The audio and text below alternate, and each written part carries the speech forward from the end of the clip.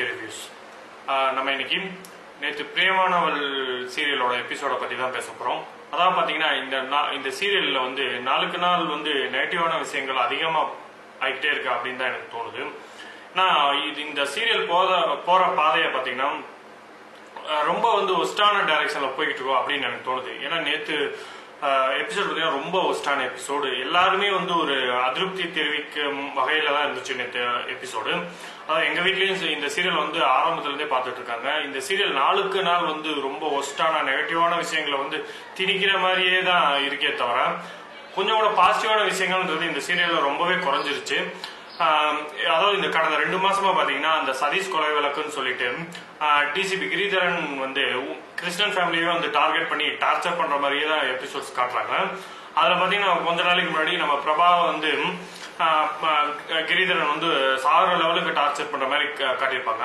அதாவது ஒரு சீரியல்ல இவ்வளவு வந்து ஒரு கொடூரமான காட்சிகள் வந்து எடுக்கணுமா, கொடூரமான எபிசோடுகள் வந்து எடுக்கணுமா?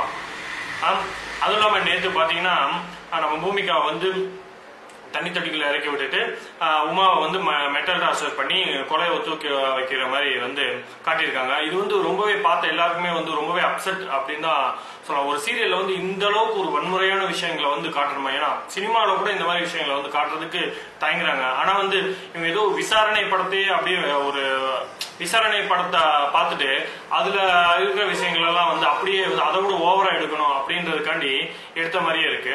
அதுவும் இல்லாம இந்த கிரிதரன் பாத்தீங்கன்னா இன்டர்வியூ கொடுக்கும்போது இந்த பொண்ணு வந்து இந்த பொண்ணோட சதீஷ்ன்றவர் வந்து இந்த பொண்ணோட குளிக்கிற வீடியோவை எடுத்து வச்சுட்டு இந்த பொண்ணை வந்து ஒரு நாள் கூப்பிட்டான், அப்படி ஒரு நாள் வா அப்படின்னு கூப்பிட்ட மாதிரி பிரஸ்ல சொல்ற மாதிரி ஒரு காட்சி இருக்கு.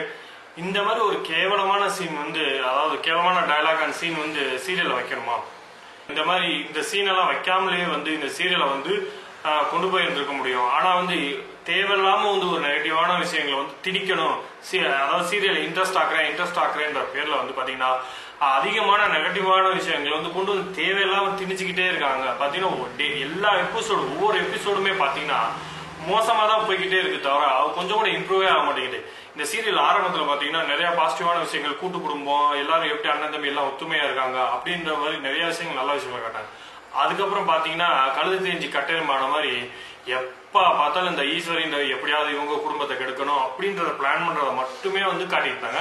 இப்ப இந்த 2 மாசமா பாத்தீங்கன்னா இந்த டிசிபி கிரிதரன் வந்து அவர் பண்ண கொலையை வந்து எப்படி கிறிஸ்டியன் ஃபேமிலி மேல போடுறது அப்படின்றது மட்டுமே தான் காட்டிட்டு இருக்காங்களே தவிர வேற எந்த ஒரு விஷயத்தையுமே காட்ட மாட்டேங்கிறாங்க.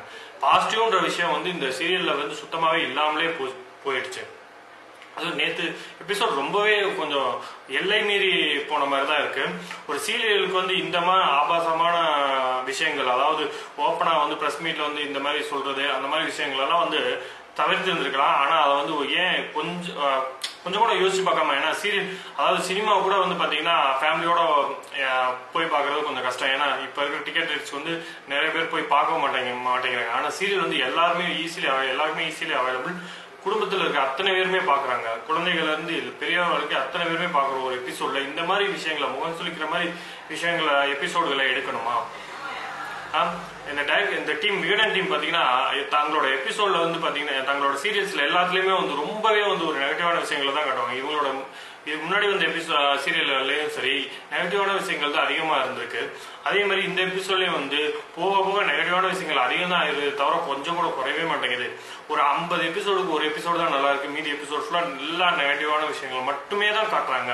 அவங்க வந்து சீரியல் இன்ட்ரெஸ்டா காட்டணும் அப்படின்றதுக்காண்டி இந்த மாதிரி பண்ற மாதிரி எனக்கு தோணுது. ஆனா இது வந்து சீரியல் வந்து இன்ட்ரெஸ்டா கொண்டு போல, பாக்குற ஆடியன்ஸ் மேல வந்து ஒரு நெகட்டிவ் இம்பாக்ட் ஏற்படுத்துது அப்படின்றது வந்து இந்த சீரியல் டீம் சரி விகடன் டீமும் சரி புரிஞ்சிக்கவே மாட்டேங்குது.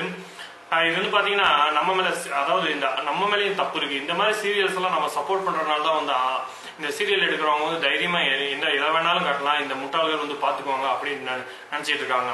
நம்ம எதிர்பார்க்க காட்டுறோம். அதாவது நீங்க பாத்தீங்கன்னா இந்த பிரியமானவள் நேற்று எபிசோட்ல போய் அந்த யூடியூப் வீடியோல யூசர்ஸ் எல்லாமே டிஸ்லைக் பண்ணிருக்கீங்க.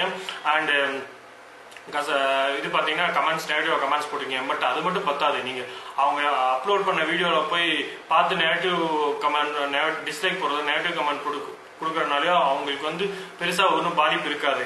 நீங்க இதை செய்யறத விட அவங்க அப்லோட் பண்ற அந்த யூடியூப்ல அப்லோட் பண்ற எபிசோட பார்க்காம விடுங்களேன். கொஞ்ச நாள் ஒரு வாரம் 1 மாசம் பைக்காட் பண்ணுங்களேன் பார்க்காம.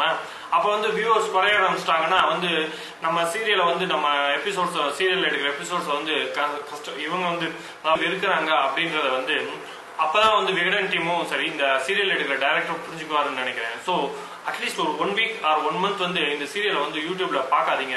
வியூஸ் ஆட்டோமேட்டிக்கா குறையட்டும். அப்ப அவங்களுக்கு புரியும்ல நம்ம வந்து நம்ம எவ்வளவு கேவலமா சீரியல் எபிசோட்ஸ் எடுத்துக்கிட்டு இருக்கோம் அப்படின்றது. இந்த சீரியல் மட்டுமே இல்ல, தெய்வ மகள்லயும் பாத்தீங்கன்னா இதே நிலைமை தான். எப்ப பார்த்தாலும் வந்து அந்த அந்நியார் வந்து எப்படியாவது சத்யாவும் பிரகாசையும் பிரிக்கணும், ஜெய்வந்த் விலாஸ் வந்து கைப்பற்றணும், சங்கீதாவோட வாழ்க்கையை கெடுக்கணும் அப்படின்னு யார் வாழ்க்கையாவது கெடுக்கிறதுக்கு பிளான் போட்டுக்கிட்டே இருக்கிறது தான் அவங்களோட வேலையாவே இருக்கு. அதுதான் வந்து பாத்தீங்கன்னா எல்லா எபிசோட்லயுமே காட்டுறாங்க. எப்ப பார்த்தாலும் அவங்க தான் ஜெயிக்கிற மாதிரியும் காட்டியிருக்காங்க. அப்ப வந்து என்னன்னா மக்கள் மனசுல பாத்தீங்கன்னா இந்த மாதிரி பார்த்தோம்னா தப்பான விஷயங்கள் தான் ஜெயிக்கும் போல இருக்கு அப்படின்னு அவங்களும் நம்மளும் தப்பு செய்யலாம் அப்படின்ட்டு அவங்களுக்கு தோண ஆரம்பிச்சு. ஏன்னா இந்த ஒரு விஷயத்த தொடர்ந்து கெட்ட விஷயத்தையே வந்து காட்டிகிட்டே இருக்கும்போது அது பார்வையாளர்கள் வந்து மனசுல வந்து இம்பாக்ட் பண்றதுக்கான வாய்ப்புகள் அதிகமாவே இருக்கு. ஸோ பாத்தீங்கன்னா இதெல்லாம் வந்து ஏன் அப்படி நடக்குன்னா மூவிஸ்னா கூட வந்து மூவியை வந்து கிரிட்டிசைஸ் பண்ண கிரிட்டிக்ஸ் இருக்காங்க. யூடியூப்லயே பாத்தீங்கன்னா நிறைய ரிவ்யூவர்ஸ் இருக்காங்க. அவங்க வந்து ஓரளவுக்கு நல்லா ஃபீட்பேக் கொடுக்கறதுனால மூவிக்காரங்க கூட இந்த மாதிரி விஷயங்கள் எடுக்க யோசிக்கிறாங்க. ஆனா இந்த சீரியல்ல வந்து யாருமே கிரிட்டிசைஸ் பண்ணாதனாலையும் ரிவ்யூ பண்ணாதனாலையுமே வந்து இந்த மாதிரி பண்றாங்களோ அப்படின்னு எனக்கு தோணுது. ஸோ அதனாலேயே பாத்தீங்கன்னா நான் இந்த சீரியலை வந்து அதாவது தெய்வமாவளையும் பிரியமானவளையும் எவ்ரி வீக் அதாவது சாட்டர்டே வரைக்கும் நடக்கிற எபிசோட சண்டே வந்து ரிவ்யூ பண்றதா இருக்கேன். அதாவது இது நான் ஒரு ஸ்டார்ட் பண்றேன். இதை பார்த்து மற்ற யூடியூபர்ஸ் வந்து யூடியூப் ரிவ்யூவர்ஸும் ஸ்டார்ட் பண்ணாங்கன்னா ரொம்ப நல்லா இருக்கு. ஏன்னா நிறைய பேர் வந்து கிரிட்டிசைஸ் பண்ணாதான் இவங்கலாம் கேட்பாங்க அப்படின்னு நான் நினைக்கிறேன். அதே மாதிரி நீங்க வியூவர்ஸும் சரி வந்து இந்த யூடியூப் சேனல் அவங்க அப்லோட் பண்ற அந்த வீடியோ வந்து பார்க்காதீங்க. கொஞ்ச நாள் வந்து அதை வந்து பார்க்காம வந்து தவிர்த்தீங்கன்னா அவங்களுக்கு புரியும். வியூஸ் குறைஞ்சதான் அவங்களுக்கு புரியும் அவங்க தப்பு பண்றாங்கன்றது. இல்லைன்னா நீங்க பார்த்துட்டு டிஸ்லைக் போடுறதுனாலயோ இல்ல கமெண்ட்ஸ் போடுறதுனாலயோ அவங்களுக்கு ஒண்ணுமே ஆக போறது இல்லை. இது முதல்ல புரிஞ்சுக்கோங்க. என்னோட இந்த வீடியோ பிடிச்சிருந்துச்சுன்னா லைக் பண்ணுங்க, சப்ஸ்கிரைப் பண்ணுங்க. நெக்ஸ்ட் ஒரு நல்ல ரிவ்யூல சந்திக்கிற வரைக்கும் உங்களிடமிருந்து விடைபெறுவது உங்கள் SNK.